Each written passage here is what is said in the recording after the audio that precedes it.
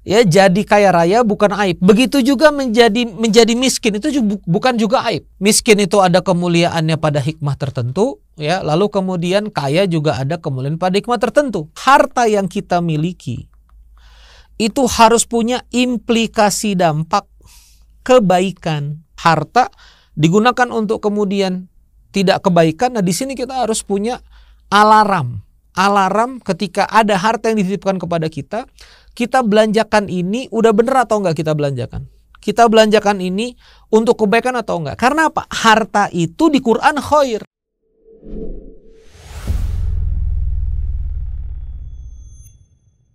A'udzubillahi minasyaitonirrajim. Bismillahirrahmanirrahim. Assalamualaikum warahmatullahi wabarakatuh. Alhamdulillahirabbil alamin. Allahumma shalli ala sayyidina Muhammad wa ala ali sayyidina Muhammad.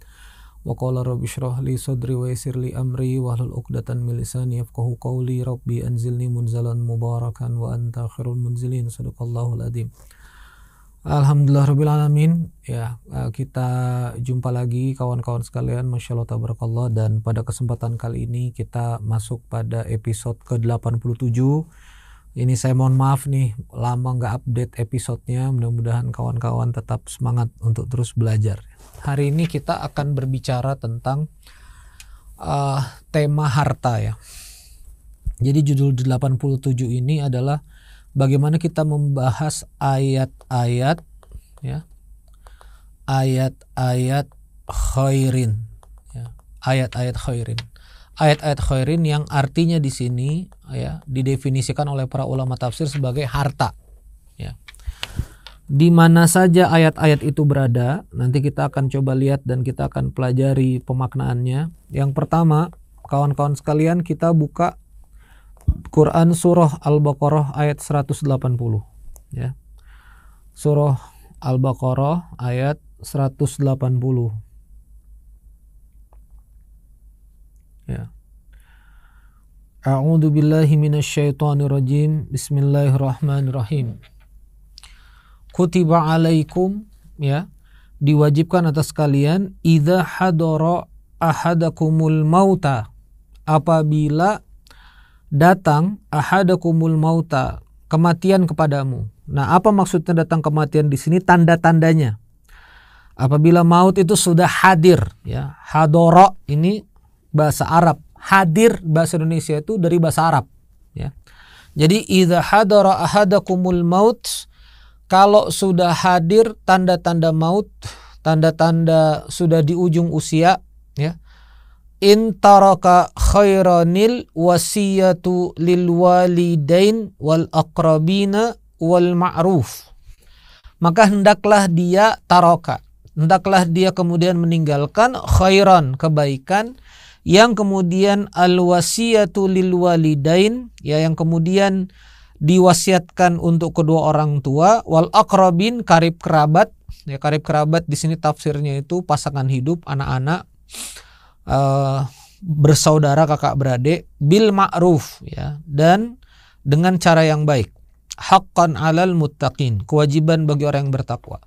Nah, ini sebetulnya adalah akar dari wasiat waris. Akar dari syariat waris. Yang menarik di sini adalah kalimat harta di sini ya, kalimat harta di sini itu diwakilkan dengan khairan ya. Idza taraka khairan, idza taraka khairan. Khairan di sini harta. Jadi khair itu kebaikan, harta, kekayaan, khairan baik, bagus, khiyar kehendak, pilihan alternatif, ikhtiar pilihan pemilihan, ikhtira yakhtaru memilih yang baik, menyeleksi, menyortir ya. Jadi khair di sini diartikan sebagai harta. Kenapa di sini nggak disebut mal? Kenapa nggak di sini nggak disebut misalnya amwal ya, harta dalam bentuk banyak? Nanti kita akan bahas. Ini dulu yang kita pahami ya. Jadi akar dari ayat syariat dari waris ya, itu kemudian memakai khairan, akar katanya baik, sebagai definisi harta. Berikutnya di surah Al-Baqarah di ayat 215. Ini juga sama. Ini tentang asnaf nafkah. Ya, tentang asnaf nafkah. Di asnaf nafkah ini Allah Subhanahu wa taala berfirman, A'udzubillahi minasyaitonirrajim, yas'alunaka madza yunfiqun. Mereka bertanya kepadamu, madza yunfikun, kepada siapa harus dinafkahkan, harus diinfakkan harta ini? Qul ma anfaqtum min khairin, katakanlah harta apa saja yang kamu infakkan, ya. Qul ma anfaqtum min khairin, katakan apa-apa yang kamu infakkan, min khairin, dari hartamu. Perhatikan di sini nih. Ini min khairin, dari hartamu. Lagi-lagi khairin di sini artinya harta. Falil walidain, yang pertama kepada orang tua, wal aqrabin, orang terdekat, wal yatama, anak yatim, wal masakin, orang miskin, wa ibnas sabil, orang-orang dalam perjalanan. Wa ma taf'alu min khairin fa innallaha bihi alim. Dan apa yang kemudian kamu kerjakan, sesungguhnya Allah Maha mengetahui segala sesuatunya. Nah, lagi-lagi di sini kita fokus kalimat qul ma anfaqtum min khairin, bukan min malin. Bukan kepada hartamu atau min amwal, kepada harta-hartamu, tapi min khairin. Lagi-lagi di sini harta atau uang itu didefinisikan di dalam bahasa Arab sebagai khair, ya, sebagai khair. Lagi, ini supaya kawan-kawan memahami, ini Quran surah Al-Baqarah ayat 180, Quran surah Al-Baqarah ayat 215 tadi, dan Quran surah 100 Al-Adiyat ayat 8, ya. 100 ayat 8. 3 ayat aja, ya, 3 ayat aja, teman-teman, nanti kita akan bangun kesimpulan. Di surah Al-Adiyat ayat 8 Allah Azza wa Jalla juga menyebutkan wa innahu lihubbil khairi lasyadid, dan sungguh cintanya kepada harta itu benar-benar berlebihan. Allah menyebutnya di sini lihubbil khair. Lihubbil khair. Allah tidak menyebutnya lihubbil mal, ya, tapi Allah menyebutnya lihubbil khair lasyadid. Cintanya kepada kebaikan, yaitu harta itu lasyadid, benar-benar syadidah, keras. Jadi cintanya itu keras, cintanya itu tajam, ya, cintanya itu lebih. Kalau di sini diterjemahkan oleh mutarjim, penterjemah, berlebihan, ya. Lasyadidun, yaitu sungguh-sungguh. Makanya kalau ada kalimat bahasa Arab yang kita tekan, ya, innalladzi, ya, itu namanya tasydid, karena kita mengeraskan di situ, menebalkan di situ. Nah, kawan-kawan sekalian, maka di sini teman-teman sekalian, episode ini Masya Allah Tabarakallah sederhana saja. Akar dari Al-Quran mendefinisikan harta, dan bagaimana Allah menyebut harta pada sebutan-sebutan dalam Quran. Harta itu khair, harta itu baik. Ini dulu yang harus kita pahami.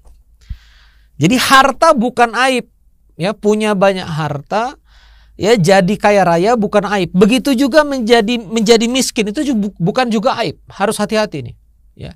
Miskin itu ada kemuliaannya pada hikmah tertentu, ya, lalu kemudian kaya juga ada kemuliaan pada hikmah tertentu. Karena orang-orang soleh itu juga terbagi. Ada yang memang punya harta yang banyak, ada yang memang punya harta yang terbatas, ya. Nabi juga begitu. Ada nabi yang kemudian menjalani hidupnya dengan keterbatasan harta, ada nabi yang kemudian hidupnya dengan kelebihan harta. Jadi kemuliaan itu tidak pada hartanya, ya, tidak pada banyak dan sedikitnya harta, tapi pada ketakwaannya. Namun si harta ini dia bukan aib. Dia disebut Allah sebagai khair. Ya, dia disebut Allah sebagai khair. Dia disebut Allah sebagai kebaikan. Maka perspektif awal pada harta, ya, teman-teman sekalian, ini tadi saya sudah bahas satu, ya, kekayaan itu bukan aib. Kekayaan itu akarnya dia bukan aib. Karena pada dasarnya kekayaan itu adalah kebaikan. Dia dekat dengan kebaikan. Ini dulu yang harus kita pahami. Jadi dia baik-baik saja, ya. Harta itu kalau dicari dengan jalan yang halal, lalu kemudian dibelanjakan dengan jalan yang halal, dia adalah suatu kebaikan. Maka poin kedua yang harus kemudian kita ingat, Quranic Insight for Entrepreneur dari ayat ini adalah harta yang kita miliki itu harus punya implikasi dampak kebaikan kepada kehidupan kita. Kebaikan kepada kehidupan kita. Ini sederhana, ya, kerabat, ya, obrolan-obrolan kerabat lah, orang-orang dekat, mau nonton konser misalnya, ya, obrolan-obrolan kerabat, mau nonton konser, harta kemudian dibelanjakan nonton konser, Ya, ini saya tidak masuk pada kerangka musik haram atau halal dan seterusnya. Kita lihat di konser, ya, bagaimana kemudian di konser itu tanda petik, ya, dari uang konser itu ada lari ke IO, ada lari ke artisnya, ya. Lalu di dunia hiburan itu sholat nggak orang-orang di sana?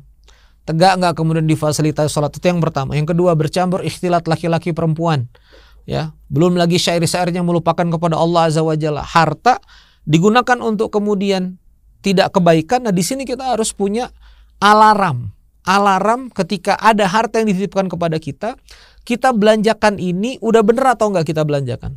Kita belanjakan ini untuk kebaikan atau enggak. Karena apa? Harta itu di Quran khair.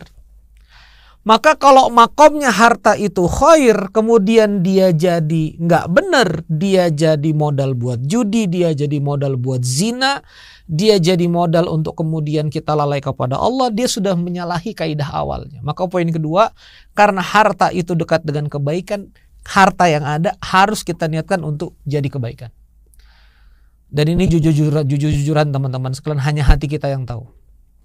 Apakah harta yang sekarang kita perjuangkan itu untuk kemudian membagus-baguskan diri kita, untuk kemudian menghebat-hebatkan dunia kita, apakah untuk kemudian menjadi gengsi kita, pride kita, harga diri kita, ya, nama kita, ataukah kemudian harta itu betul-betul mau kita gunakan untuk akhiratnya Allah Azza wa Jalla? Itu cuma hati kita yang tahu, kita dan Allah yang tahu. Itu poin kedua. Maka poin ketiga teman-teman sekalian, ya, di akhir episode ini, poin ketiga teman-teman sekalian, maka kalau harta itu adalah sesuatu yang baik, ketika dia bisa diusahakan, maka dia harus diusahakan. Saya sangat sepakat dengan kalimat dari Ustadz Umar Mita. Kaya muslim itu tidak boleh diwajibkan kaya, karena kalau wajib kaya, miskin itu dosa. Ya. Jadi tidak boleh ada kalimat mewajibkan muslim itu harus kaya. Namun kalau seorang muslim dia bisa berusaha, namun dia tidak berusaha. Seorang muslim dia bisa berdagang, namun dia tidak berdagang. Seorang muslim dia sebetulnya bisa berekonomi, namun dia tidak berekonomi. Seorang muslim dia sebetulnya bisa bangun bisnis, bangun organisasi, bangun produk, tetapi dia tidak bangun produk. Dengan perspektif bahwa harta itu bahkan menjerumuskan dan seterusnya, dia sudah menzolimi dirinya sendiri. Maka yang terbaik ketika kemudian seorang muslim itu kaya, ya itu pilihan dia, dia harus berbuat. Sahabat Nabi pun begitu. Tidak semua sahabat Nabi itu bisa dagang. Tapi ada orang-orang yang dikaruniai Allah untuk bisa dagang. Ya sama kita sekarang misalnya di lingkungan kita sekarang, ada yang cepat tangkap sales, cost, expenses, ada yang cepat kemudian bangun kerjasama, ada yang kemudian faham bangun produk. Maka kalau teman-teman kuat bangun produk, ngerti market, pinter ngiklan, bisa penetrasi pasar, ngerti operation, ya teman-teman harus berusaha. Kalau harta itu baik, maka dia harus diusahakan. Kalau memang bisa diusahakan, dia harus diusahakan. Tidak boleh ditinggalkan. Diusahakan, tidak boleh ditinggalkan. Ya, saya berbahagia hari ini banyak beraktivitas muamalah di Almas Fried Chicken menjadi agregator, ya saya baru bisa merasakan gitu.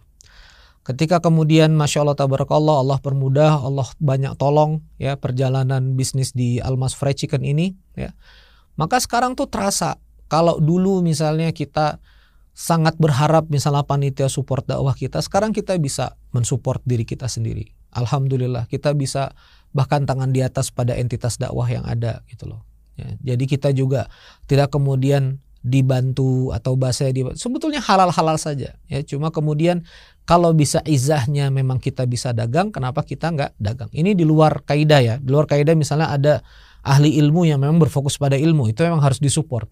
Tapi kalau memang kita bisa dakwah, kita juga bahkan kita bisa bisnis, bahkan dengan bisnis kita bisa menopang dakwah, itu adalah kebaikan. Dan itu bukan aib.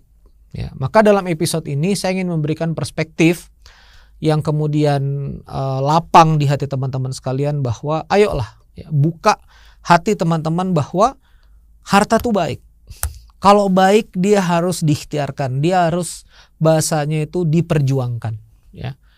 Diikhtiarkan, ya, bikin produk yang bagus. Ya, kalau misalnya Kayak misalnya di Alamas Fried Chicken, kalau kita bikin outlet, kalau memang outletnya bisa besar dan salesnya bisa nutupin sewa dan operation, kenapa enggak? Ya, kalau dengan capital expenditure segitu dan bisa balik dengan sales yang ada, kenapa enggak kita bikin di outlet yang besar, di grand store sekalian? Nah, itu ikhtiar. Ya, kita berikhtiar untuk memberikan yang terbaik kepada market. Kenapa enggak? Kalau kita bisa lebih baik lagi dari ini, kenapa enggak?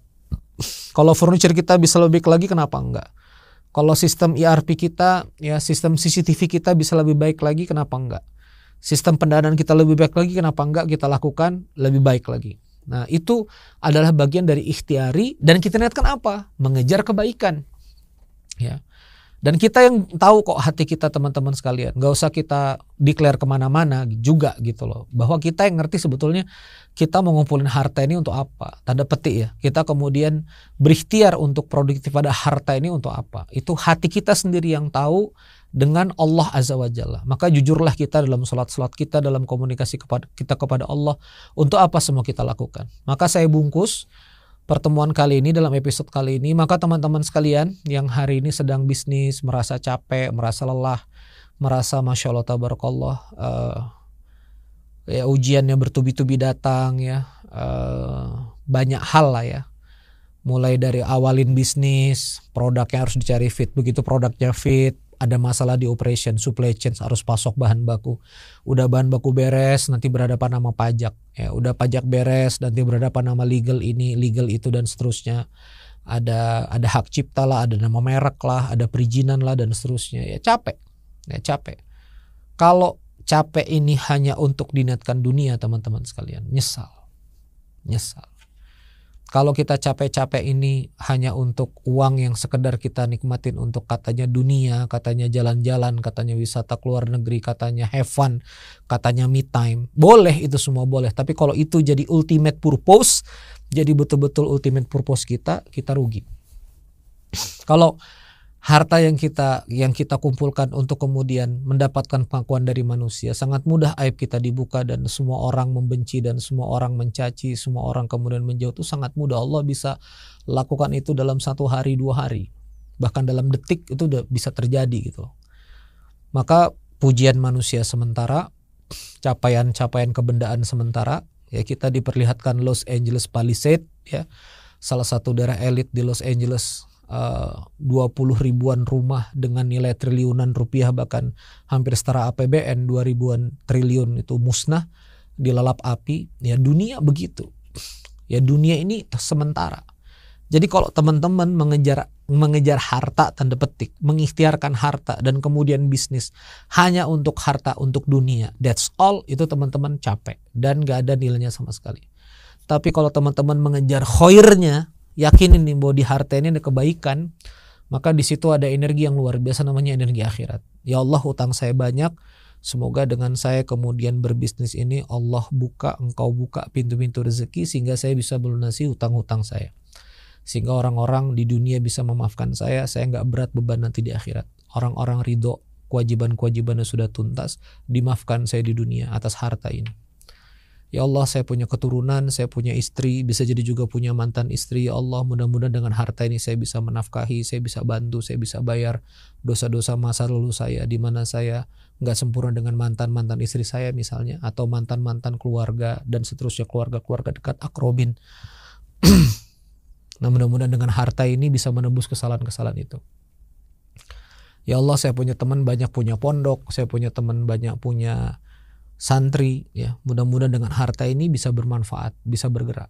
Ya, kalau saya yang penting gimana cara husnul khotimah, mati baik-baik, dimaafin Allah dan kemudian masuk ke dalam surganya Allah. Itu hati kita yang tahu kemana gitu. Nah, kalau misalnya harta itu kita posisikan sebagai khair, bahwa dia adalah kebaikan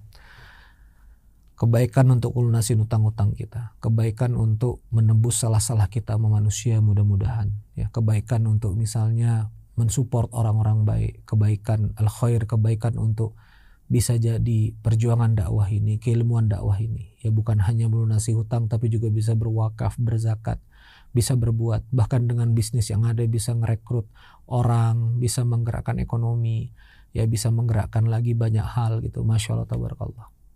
Kejar al-khairnya itu teman-teman sekalian. Di harta itu ada al-khair. Maka ketika teman-teman wiridkan dalam pikiran ini bahwa harta itulah khairin, harta itu khairat, harta itu adalah kebaikan, harta adalah kebaikan, harta itu adalah kebaikan.